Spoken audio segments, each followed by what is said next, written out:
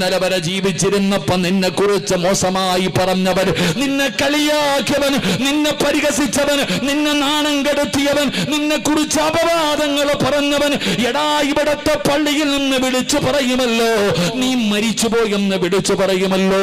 നാട്ടുകാർ മുഴുവനും നിന്നെ അവസാനമായിട്ടൊന്ന് കാണുന്നതിന് വേണ്ടി നിന്റെ വീട്ടിലേക്ക് കടന്നു വരുമ്പോ എല്ലാവരും പോകുന്നത് കാണുമ്പോ ഇവനും വിചാരിക്കും ഞാൻ പോകാതിരുന്ന ആ നാട്ടുകാരെന്ത് വിചാരിക്കും. അങ്ങനെ അവനും വരികയാണ്.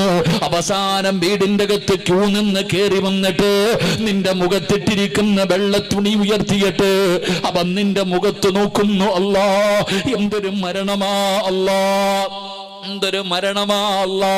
ഇന്നലെ വരെ ജീവിച്ചിരുന്നപ്പോ നിന്നെ കുറ്റം പറഞ്ഞവർ ഇറങ്ങിപ്പോയപ്പോ പറഞ്ഞതെന്തെന്നറിയോ? ഇറങ്ങിപ്പോയപ്പോ ജനങ്ങളോട് പറഞ്ഞതെന്തെന്നറിയോ? മരിച്ചാൽ ഇവനെ പോലെ മരിക്കണം. എന്റെ പ്രിയപ്പെട്ടവരെ, അങ്ങനെ ഒരു മരണം വേണോ? അല്ലാഹുവിന്റെ പരിശുദ്ധമായ ഖുർആൻ പഠിക്കുന്ന ഈ